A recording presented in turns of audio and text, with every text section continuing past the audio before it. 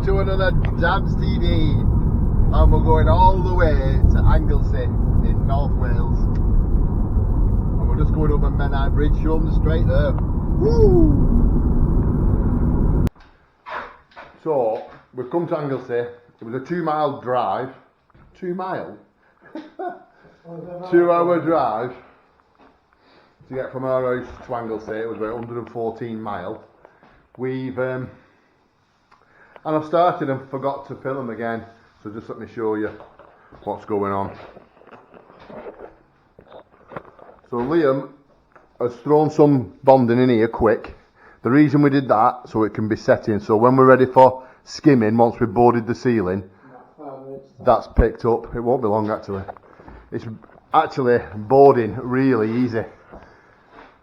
So that board there, and then that's the big piece, so that technically is one board. Same there.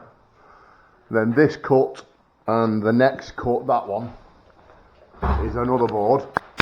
I've got some offcuts that's going to go in there. Oh, I've not cut it. What? It needed to be cut to...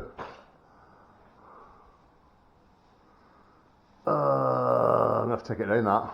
Made a mistake here. I need to cut that to 99 centimetres so it's in line with this. Oh, not the length that. See that? I've cut the width of it because it's the reason I'm doing it. It's a full board from there to there, so it'll be dead easy to cut the triangles because it's just a full width board by however long that is, and it could be a perfect cut. Same for them all, and that's just the way it's worked out. I know you're hard to believe that, but it has. That's the way it's worked out. I couldn't believe it neither, but here we go. We'll have to take that down and cut it. Right, okay, that's the roof all boarded and done the box gutter. I'm just going to show you how I deal with beading it. So because the slope of the ceiling hits the box gutter, I cut my board about 20-25 mil past, so it forms a lip. Then I scrim from the board to the insulated board. Then I bead it and I just knock into the end of the, you can see, I've knocked into the end of the board. And then I just tape over it again. And that gives you a nice bit of double-edged, sort of double-taped angle to just flick that out. And that's how I deal with them. Damo's little tip.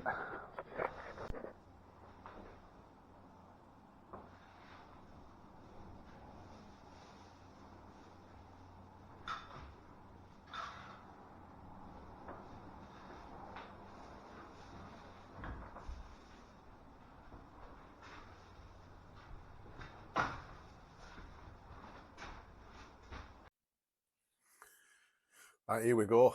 We've mixed up, we're lashing it on. As you can see, what we had a filler. And we mixed a little bit too much, so I put the flat bit of the conservatory on. You can see it's on already. So this is just the first slope as we start from this corner, work our way around. I'm going to get top half on, Liam's getting the bottom half on. What usually happens is I end up picking up like 2 full sides and 2 halves, and Liam gets 2 half the bottoms on. As he gets quicker, he will get round, but obviously there's a bit more on the bottom as well. So I'm trying to go as low as the lights, and then Liam can just come up to the lights. But as you can see, I'm only lashing on now, but I'm still trying to get it as neat as I can, that angle. It always pays you to, if you can put it on neat, you're like well in front of yourself, because it can, if it starts to turn, you've put it on neat. So if you've put it on neat, when you second coat, you'll go even neater, so it'll be flat. And that's how I always try to achieve a flat ceiling when I've only laid in, if that makes sense.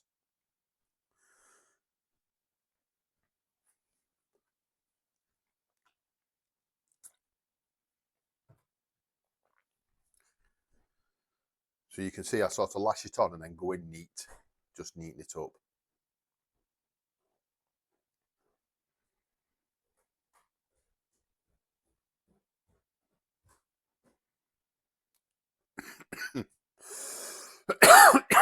I'm doing a voiceover. Oh, good for you. Liam's coming now. He's spoiling my videos. He's spoiling my voiceovers. Go away. Stop it! Stop it! I'm trying to do a voiceover for the movie.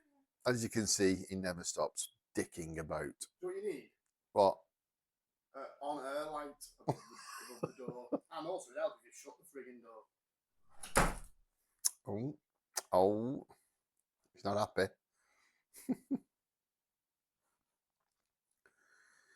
Right, so I've got to the first side. I'm putting the second side on now, the short side. I've sort of changed a bit of technique here. I've lashed that on. You can see all the air bubbles in it. I've lashed it on, just get it lashed on. And then you'll see I'll go back in and neaten up. Just neaten this, try and sort that corner out that's a bit iffy. So now, I should, if I'm right, go in neat now, see. Just try and neaten it up. This conservatory was a bit different than a standard one. The frames were high. So it made the ceiling high. So it meant that we was climbing. When we was on the horse of Troy, which is pretty high anyway, and usually you don't have to move that. It's usually just at the highest point and you can work around it on the benches and it's okay. But in this particular job, I had to move the horse of Troy, so that all takes time. And the ceiling, I wouldn't say it went off on me, but it was on its way. I had to splash a bit of water on it to bring it back before I would like to have. It definitely wasn't a wet roll. It was, oh shit, it's going off a bit. Let's get some water on it, see if we can bring it back to life, which we did. It was fine. As you'll see at the end of the video, it turned out fine. And it was quite a big roof as well. That didn't help. And it was one of the hottest days of the year, last Thursday. So it wasn't good. It was stuffy and warm in there. So I think that didn't help. The fact that it was very humid in the conservatory pulled all the moisture out of the plaster. But as I said, we did manage to get it sorted. Rule one, people, don't panic. If there's any apprentices watching this, do not panic.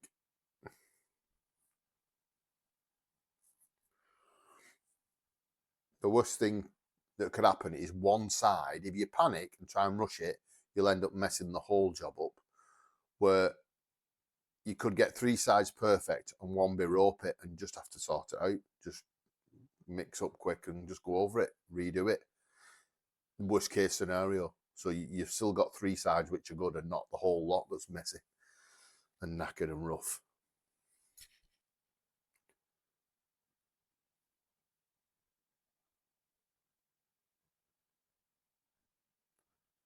So I'm just taking my time, getting it lashed on, same as the other side, as low as I can.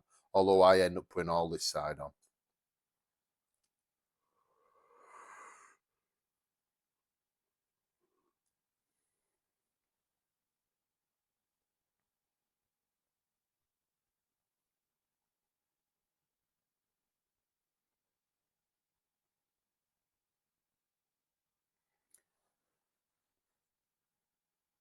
I know there's not much on my channel apart from Guardian Warm Roofs, but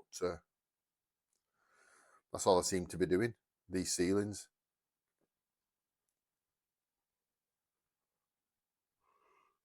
I can't tuck these wires in because they're too long. They're flipping, that's as short as I could get them and just stick out the hole like that. There was flipping loads on it.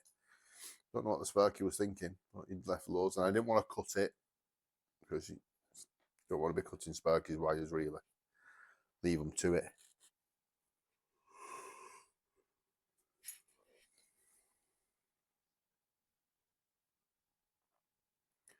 And that's it, I'm round. So what I'm going to do after that is now I'll jump on the other side and bring that through, start on the long side, let Liam take that side across. He's actually, you can see where he's up to, he's in my way. I've got the bottom on and I'm just flicking this bottom out now, like I showed you with the bead. And if you can watch, it's not really what you think. I'm not just bringing my trowel down. If you watch the trowel action, I'm going forward a bit. See it? It's only slight, but it's just a forward motion and then down. And what that does is it sort of squeezes it into the joint properly. See, if you just come down, you left with like a slack. Where if you just go forward at 5 mil, it's not a lot. 10 mil. Just go forward with your trowel. Get it where you want it. Go forward and down. As you go forward and down, it fills out the bead properly. Another bit of a tip for you. Full of tips this video.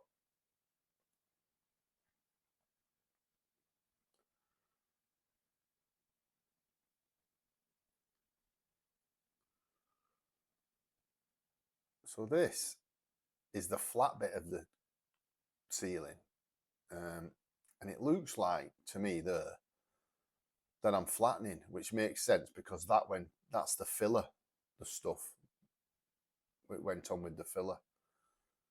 But it also looks like I'm kind of laying down, and what that'll do is it'll slow it down to the same speed as the rest of the conservatory, if that makes sense. So you've mixed up, we've filled out, we put that flat bit of the ceiling on, we put the rest of the ceiling on, and before I've laid in the ceiling, and you see it going, you can see that the first coat is on its way. And I always plaster 2 coats, but with the same mix. I never mix another one. Well, I do mix another one, of course I do. But if I can help it, I always lash on, lay down with the same stuff, go over it, and it's just a quicker method. You're not hanging round. As soon as you mix up, you've got 2 hours from that point. So if you mix up, so the clock's ticking, we'll say 2 hours. You lash it on. So then you mix another one to lay in. You start your clock again. So you might be a 3-hour set, where this is only a 2-hour set. Well, it was a flipping hour and a half set. And it probably would have been better, if I'm honest, to do it that way on this particular job. But we had a filler. And having a filler speeds you up because you're straight on it. Look at the state of that. Dragged a dry bit from the hole in the board where the light is. What was I saying? Yeah, so if you have a filler, everything's filled out and you probably save yourself a good 20 minutes. So when you do mix up, you're starting from there with that stuff. And of course, it makes your joints better because they're filled out proper. And the setting. They've been on, by the time you mix, they've been on 20 minutes. So it's a miles better job. I know some plasters that don't fill out, they just lash it on, but it's not the way I was taught. It's not in my makeup, and I just can't seem to bring myself to do it that way.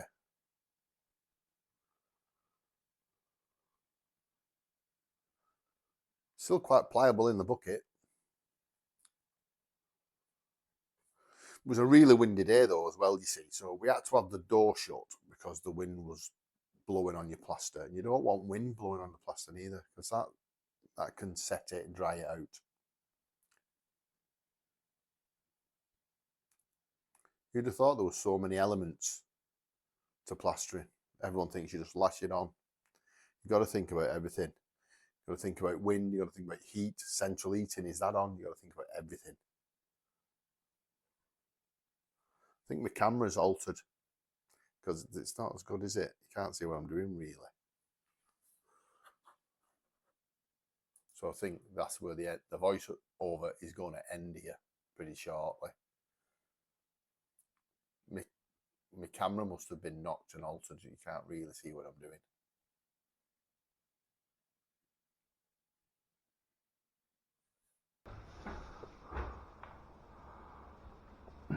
Well, that's the conservatory ceiling all boarded and skimmed. Another one ticked off. It's a shame it's 2 hours of drive away, but never mind. We've got a good old slog home now through the traffic.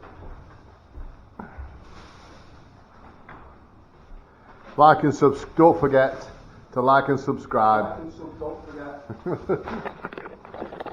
Don't forget to like and subscribe. Hit the thumbs up, and I'll catch you on the next video.